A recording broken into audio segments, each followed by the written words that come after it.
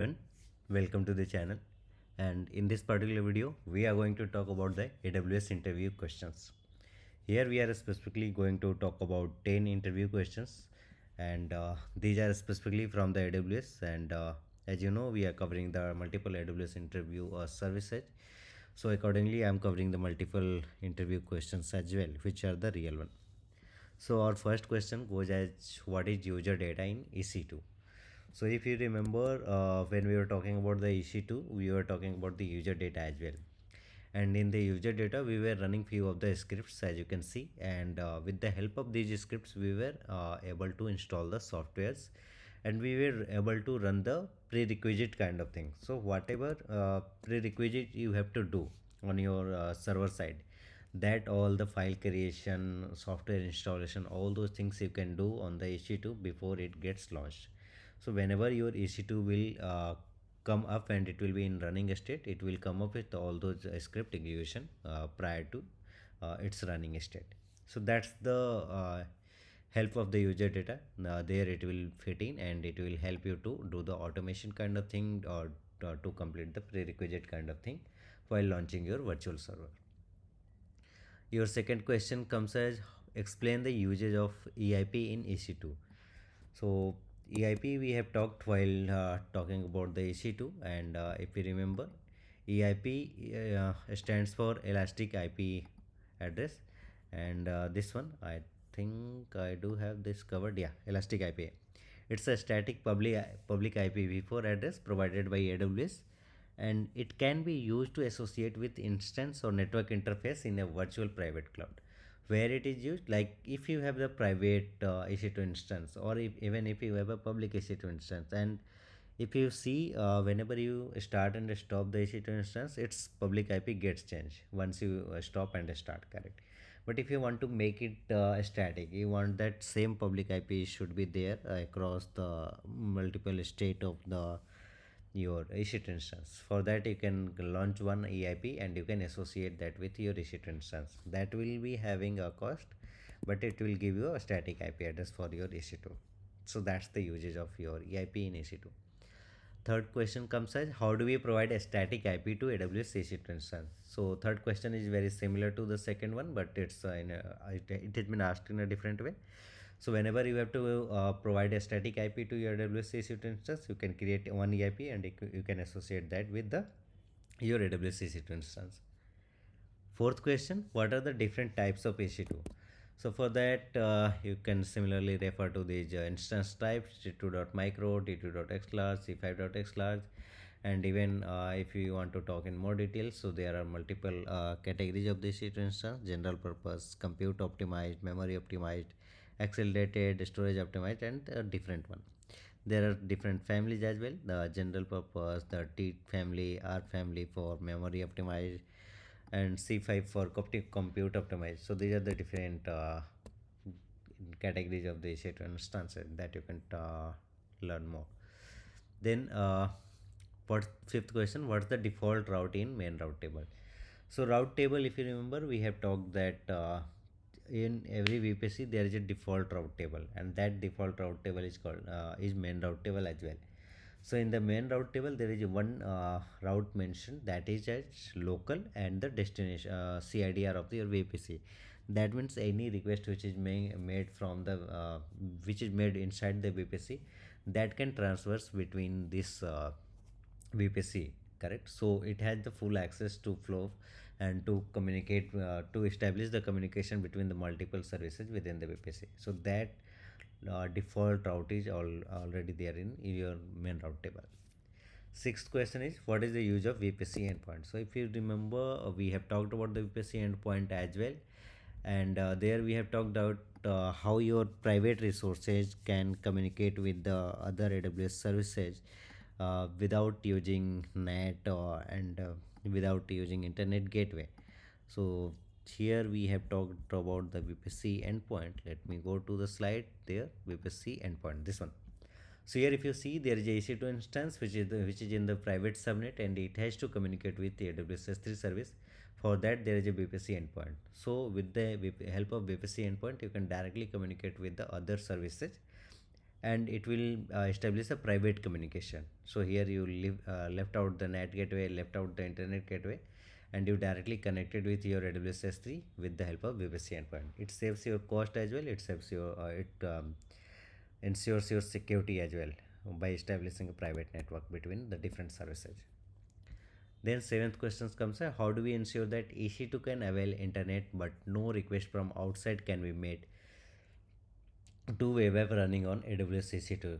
So for that you can create one NAT gateway, and that NAT gateway you can configure in your private subnet, so that only the EC2 instances can make the request for the internet, but no one can from the outside make the request to the your EC2 instance. Correct. So NAT concept will come into here, and that NAT we have talked about here. So in the starting when we were talking about the VPC, so here probably we have talked about the subnets, and then the public subnet and internet gateway, and then NAT gateway. So here if you see, we have this private EC2 in private subnet. It's trying to make the internet request to the internet, that is possible, but while internet is trying to make the request to the EC2 instance, that is broken. So this NAT gateway will come into the picture for this seventh question. Then question is what is target group, and ninth question is define auto scaling group and different policy. So let's see all these three questions together: target group, auto scaling, and different types of load balancer. So for that we will have to move to this EC2 section, and for that let's go from the last question: application load balancer and network load balancer. So these are the two different types of load balancer. The purpose, the protocol support, performance, routing features, sticky sessions, and the use cases are mentioned here. Mainly your application load balancer works on layer 7, while network load balancer work on layer 4.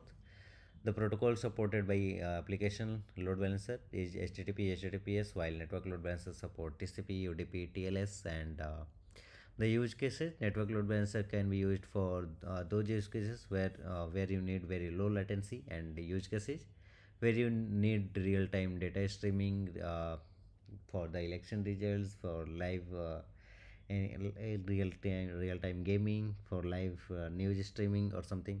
For IoT related things you can use the NLB, while for the simple microservice architecture web application you can use this application load balancer.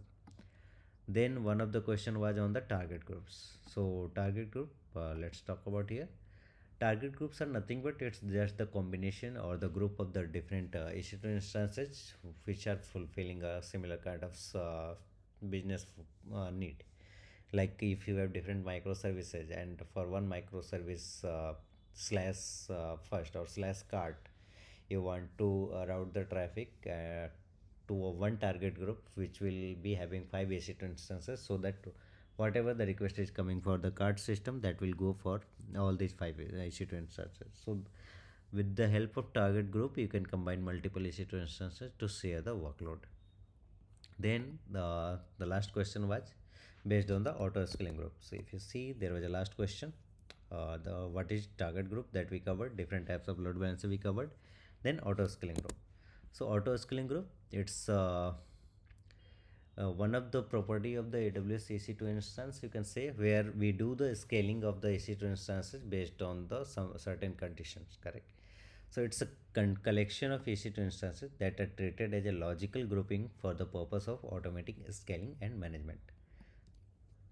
It lets you Amazon EC2 instance features such as health check replacement and scaling policy, both maintaining the number of instances in auto scaling group and automatically scaling are the core functionality of the EC2 auto scaling service. What are the different policy? Target tracking scaling, then step scaling, then simple scaling. In simple scaling, it increases and decreases the current capacity of the group based on a single scaling. So one time it will do the scaling, then it will wait for some time. That time duration will be called as cooldown period. Then once again it will do the scaling. For example, CPU utilization goes up to 70%.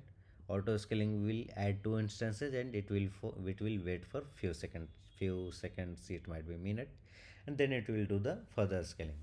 In the step scaling, it will do based on the how much breach has happened. So it adjusts the capacity of auto scaling based on the magnitude of the alarm breach. So if your threshold reaches up to 70%, it will launch 2 EC2 instance. If it goes for 80%, it will launch 5 EC2 instance. If it goes up to 90, it will launch 10.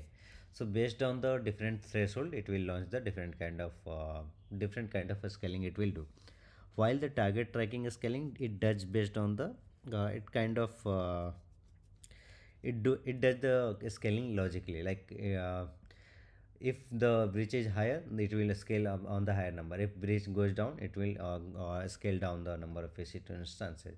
So it increases and decreases the current capacity of the group based on the temperature, Amazon CloudWatch metric, and a target value. It works similar to the way that your thermostat maintains the temperature of your room. Let's go with the example. If you set a target CPU utilization of 50%, auto scaling add or remove instances as needed to keep CPU usage around 50%. So it will scale up and scale down both. Correct. So that's what we wanted to cover during this AWS interview questions, and we will meet in the next video with the further AWS interview questions and other DevOps interview questions. Till the time, thank you. Bye bye. Stay tuned and subscribe to the channel for more technical content. Everyone, welcome to the channel, and in this video we are going to talk about the AWS interview questions. So till the time we have talked about the different AWS services, the different concepts of the AWS EC2, AWS BPC, AWS time role policy, and many more stuffs we have talked about. In details, we have talked about the EC2 EIP, load balancer, auto scaling group, launch template, target groups, path-based routing, and in terms of BPC, we have talked about the BPC pairing, transit gateway, BPC endpoint, and so many things. In this video, we are going to talk about this AWS interview questions, which are the second part of the about interview questions specific to AWS. So, in continuation to all this, let's start with the first question. When should we use NACL and security group? So before talking about when should we use NACL and security group, we should understand where all these get applied. So NACL, if you have watched out the videos what I have uploaded on the channel, NACL applies on the subnet level, while your security groups applies on the instance level. Correct. So if you see over here, NACL works on the subnet level. You can see this is the VPC, this is the NACL which works on the subnet level, and security group works on the EC2 instances. Correct. So whenever the request is comes to your VPC, that goes from if there is internet, that goes to the NACL.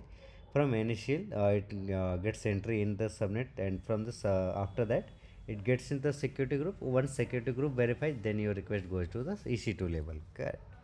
So if you have to apply any rule on the subnet level, that this kind of request can come, this kind of request can go outside, then you should NACL.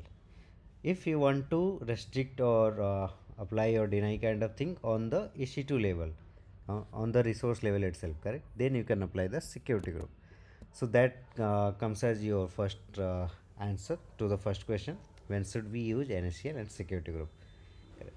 Second question, like the 12th question, what is the default properties of NACL and security group? So the default properties of NACL and security group is NACL is stateless. That means whatever the request is coming inside the subnet, you have to explicitly mention that this request should go outside as well. That means it does not remember any statelets, and by default it allows all the requests. That means it does not check for anything. By default it allows anything, but if you have to explicitly mention anything, then you will have to mention it in inbound and outbound both, if you want to allow the same thing as well. While the security group is stateful, that means whatever you define in the inbound, it remembers all those things to go outside as well. Correct. So if you see, by default a security group deny all inbound traffic and allow all outbound traffic. Correct. Then so that is the thing over here. And for the comparison part, let's go here.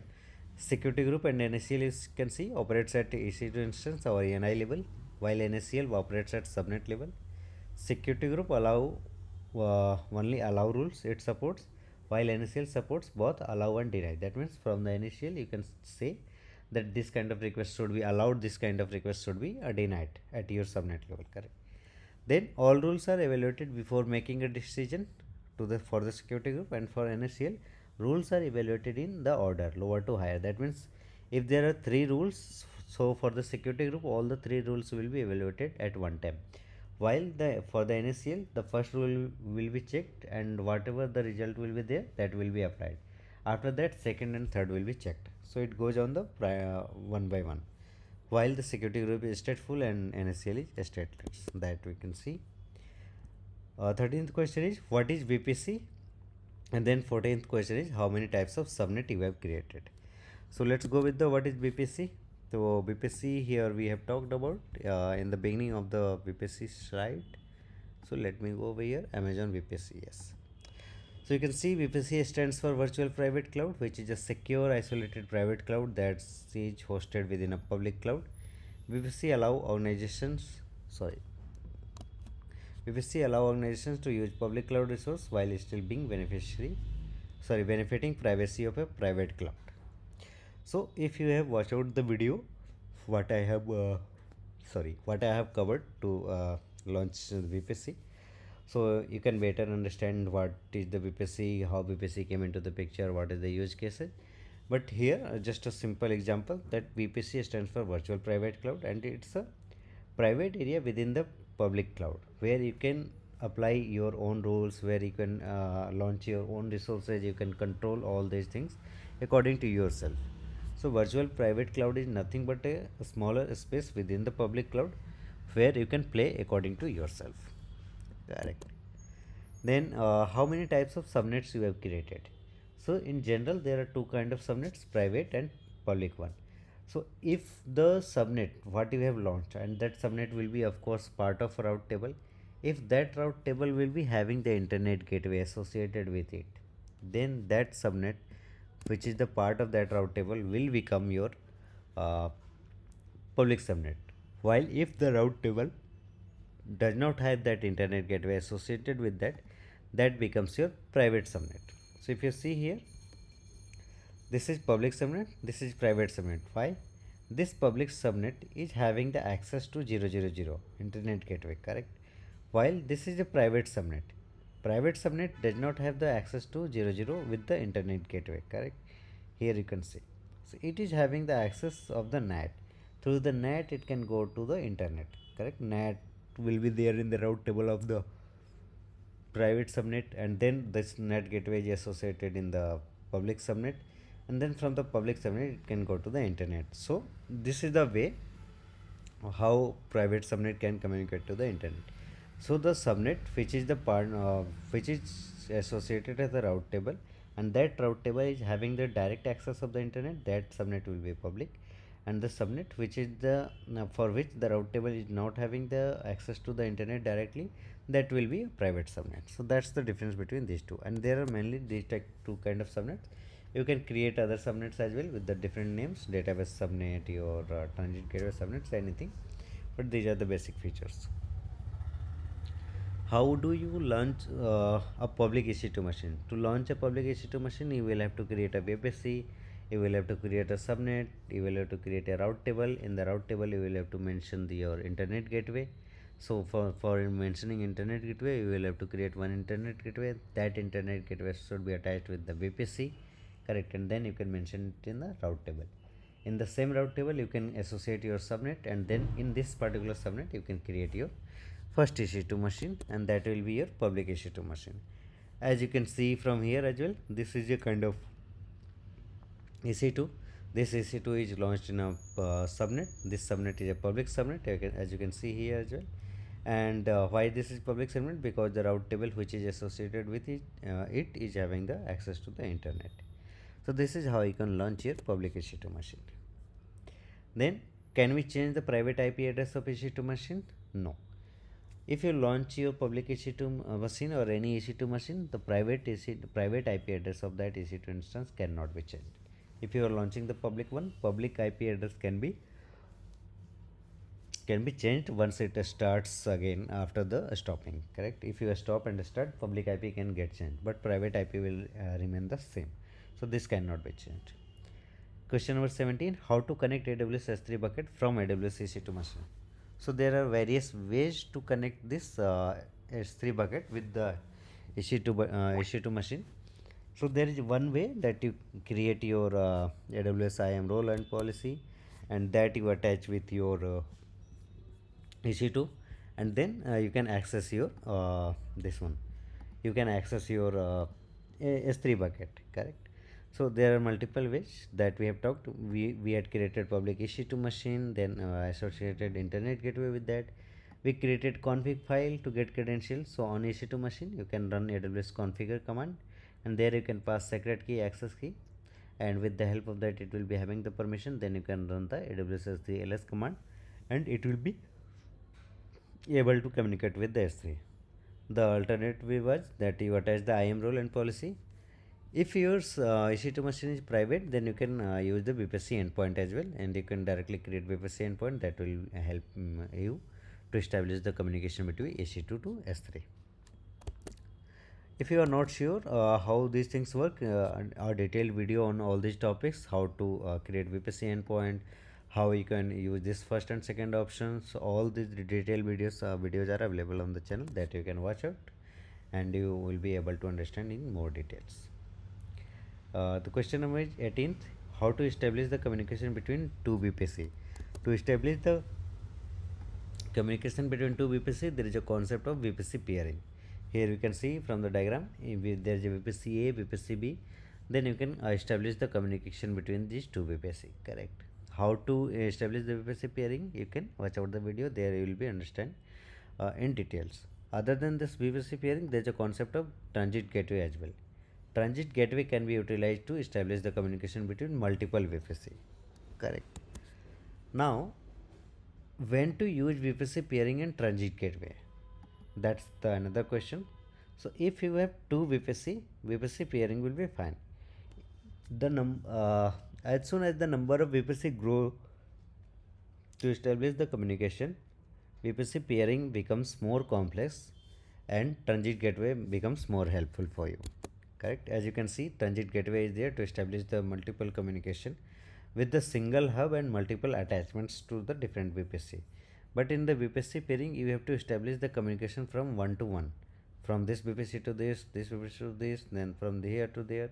So it's the complex. VPC peering gets complex according to the increasing number of size, while the transit gateway gives you the one connection per VPC, correct? How both of these are much helpful, that you can understand from the videos that I have already created on the channel. For this one I also, you can watch out the video. Then last question, when AWS service can be, which AWS service can be utilized for data storage in organized way like row and column?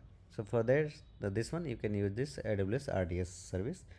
There you can create multiple RDS instances to store your data in table format like row and column, and that will be helpful and it will be easy to manage for you.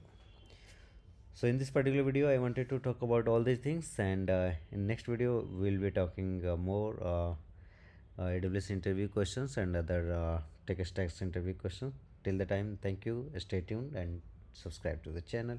That will be helpful for me as well to upload the newer content. Thank you.